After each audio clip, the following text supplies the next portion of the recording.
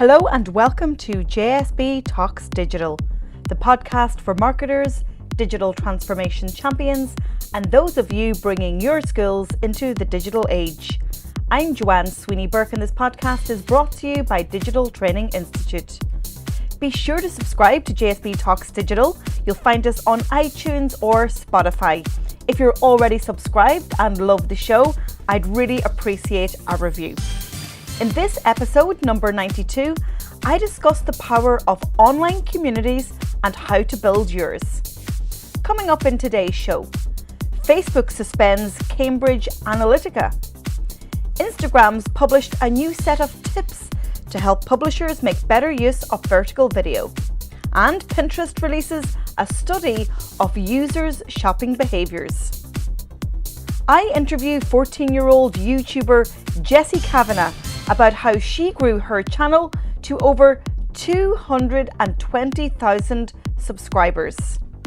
In shoutouts, 3 types of online communities, Ask JSB, in JSB's column, 10 steps to building an online community, and find out what social media tool saved my working week.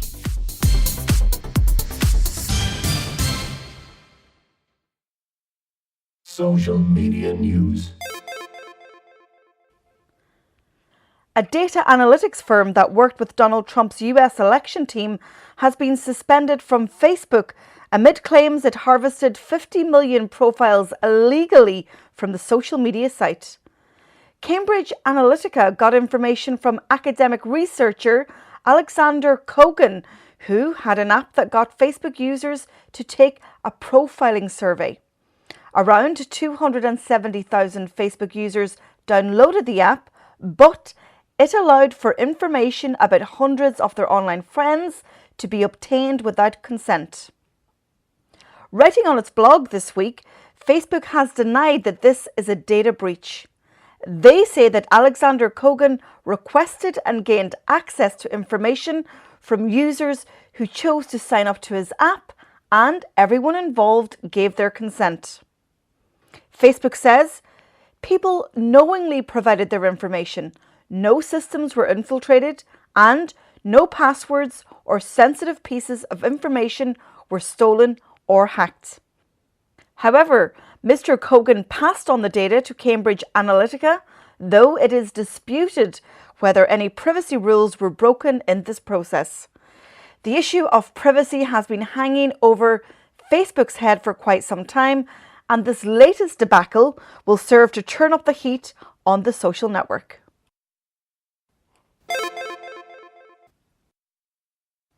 Instagram's published a new set of tips to help publishers make better use of vertical video. Partnering with a team of creators, they have come up with 4 engaging ways to use vertical video. Firstly, they say, direct your audience's eyes. With vertical, there's no longer a clear horizon for content to exist as it's constantly shifting. 2, animate your ideas. Using 2D, 3D, stop motion or motion graphics, you can bring your ideas to life. 3, split your screen. Vertical video is a great way to create content in a fresh, immersive way. And finally, number 4, play with type and design. Instagram says you should grab the attention of your viewers by using a combination of type and design when creating for vertical video.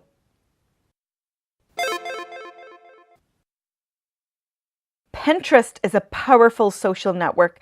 It has a unique ability to turn users into shoppers. Did you know that 90% of weekly pinners use Pinterest to make purchase decisions? Compared to other sites, Pinterest is more likely to impact what people buy. When Pinterest asks people why that is, they point to the unique mix of inspiring images and personalized recommendations.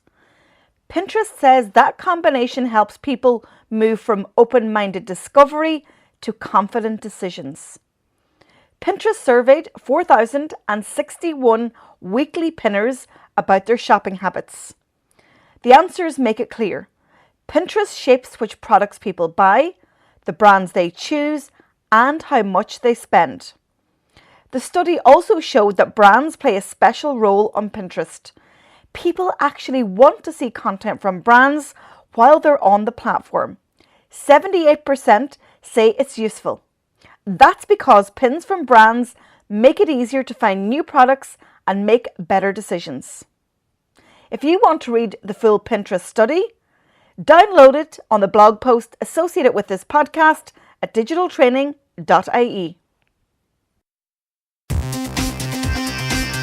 Interview. In this episode, I interview 14-year-old Irish YouTuber Jessie Kavanagh. The County Louth native creates weekly videos on her YouTube channel, Jessie Beauty X.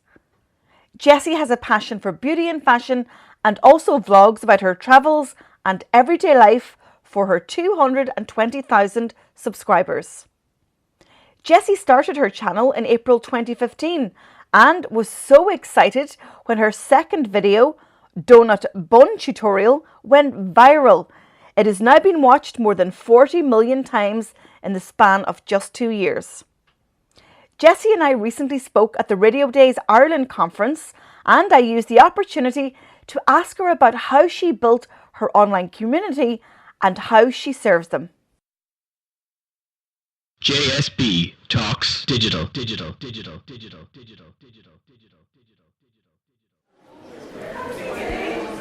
Jessie Kavanagh, you are so welcome to JSB Talks Digital. This is the first time that I've had an influential YouTuber on my YouTube channel, so I might get more subs. Thank you so much for joining me. Hi, thanks so much for inviting me.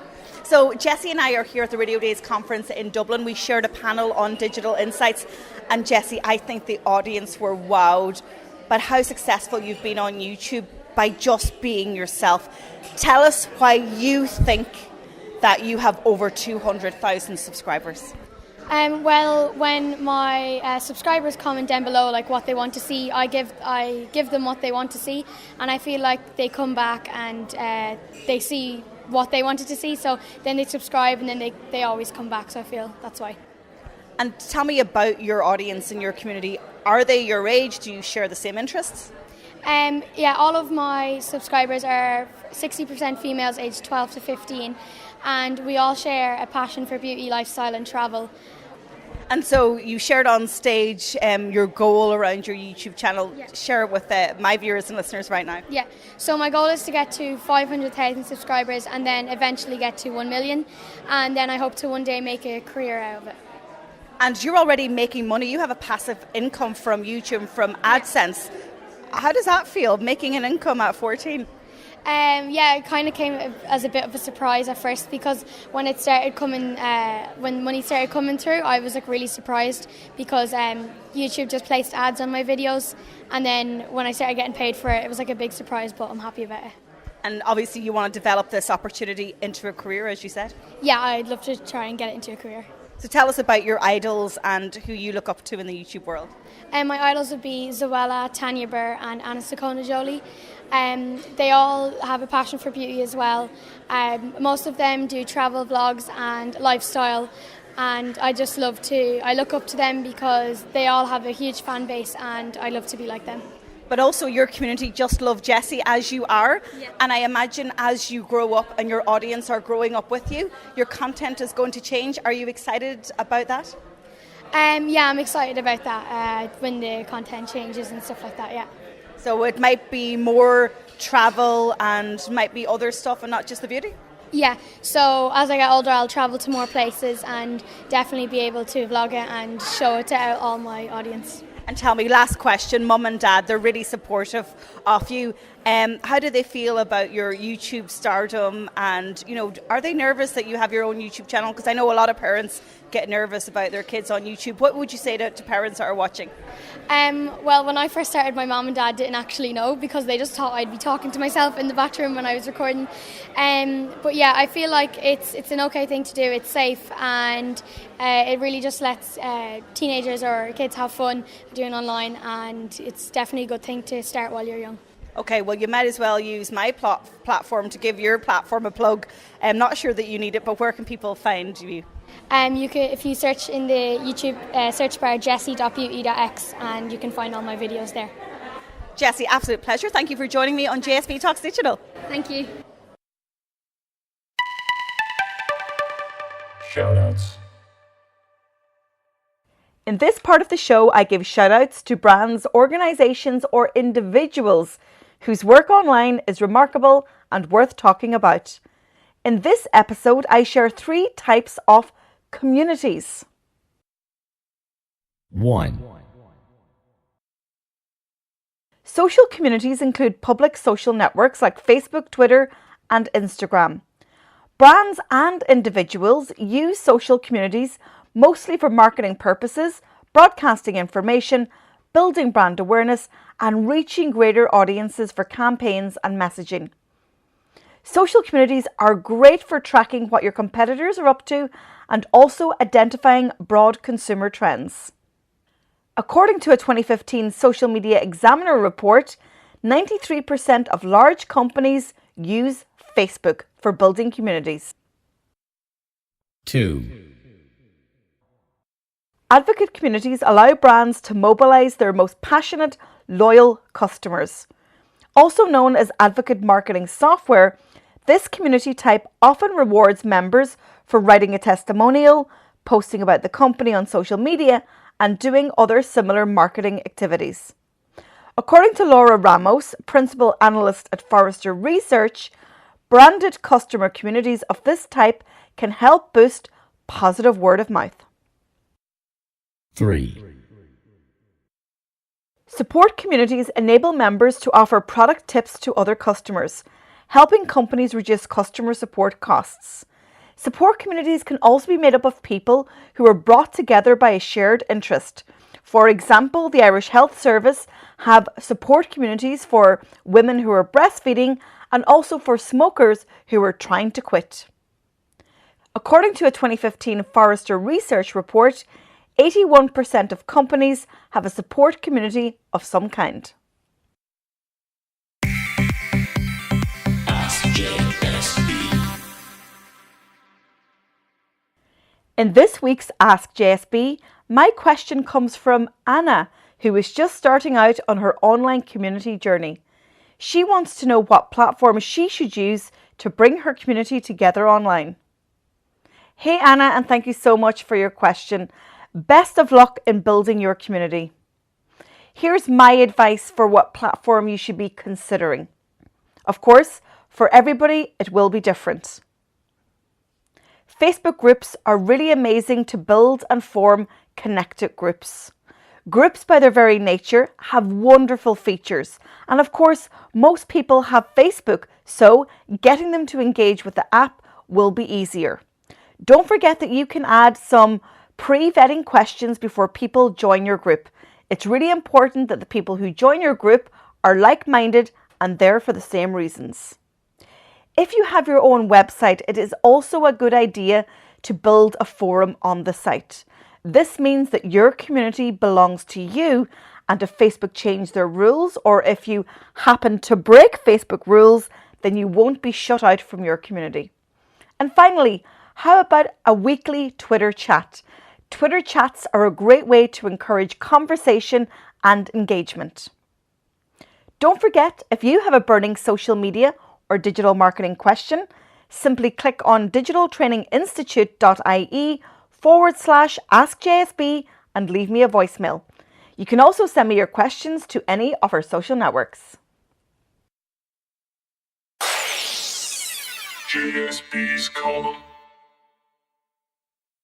In today's JSB's column, I share my top 10 tips to build an engaged online community. An online community is a gathering of like-minded individuals who have a shared space on the internet. As with a physical community, members get together to share common interests and passions. These communities are terrific places to connect one-on-one while building relationships with a larger audience and industry influencers. New connections are the most obvious benefit, but with a strong online community, you can also attract customers and keep your business competitive. Here are my top 10 tips to help you build an engaged community. Number 1, you must share your passion. The way to build an engaged online community is to make sure that you attract people just like you. You've also got to provide added value. There's absolutely no point in just trying to sell to your community. They will shut you down and leave your group. Try to trigger conversations to encourage engagement. You should just not be broadcasting information. You really want to get into deep conversations to find out what your community need. If you understand what they need, then you're going to be satisfying them by giving it to them. A great way to build and deepen the relationships within a community is to host a real life event. This can be in the form of a one-to-one mastermind, it can be a live event, or it could be something around sports and social. Tip number 5 is to try and find the heroes within your community. We all know there are heroes in every group of friends. That one person that will keep the conversations going and that will ask how other people are. Find those heroes and nurture them. Number 6 is all about peer-to-peer support. A really good community will have a bunch of people who will support each other. You will be the guide, but the community will be the heroes. Tip number 7 is to choose your platform. Of course, we have Facebook groups, we have Twitter, and we also have groups in Snapchat and WhatsApp. But if you really want to own your community, it's a good idea to set up a forum within your own website. Tip number 8 is about going front of screen. You can go live or you can record video and broadcast it into your group, no matter what platform you have. Video is a really immersive and personal way of engaging with your community, and they will thank you for it. Tip number 9 is all about rewarding your community and making sure that they feel valued. And finally, number 10, I recommend using members' testimonials to help you grow your community consistently. If you want some help to build your online community, then get in touch. Simply email joanne@digitaltraining.ie.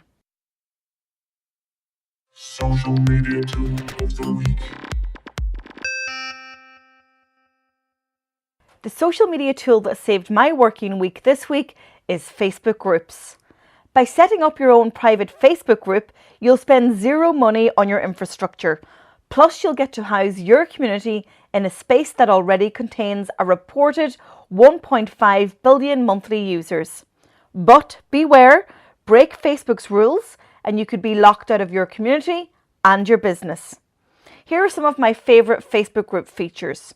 Group photos, messages, you can set up events, you can add files and docs. Live streaming into your group is amazing. You can also upload native video.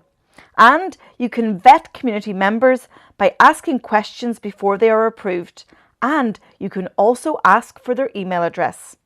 Make sure you discover all the Facebook group features on their help section.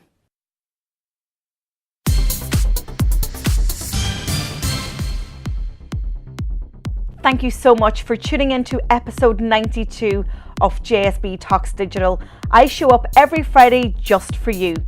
As always, I have everything discussed on today's show on my award-winning blog over at digitaltraining.ie. Please subscribe to JSB Talks Digital. You'll find me on iTunes or Spotify. And if you haven't already, I'd really love a review.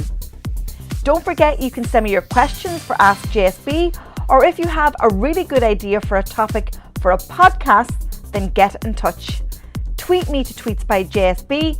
I'm on Instagram as JSB Grams, Snapchat as JSB Snaps, and don't forget our Facebook page, Digital Training Institute.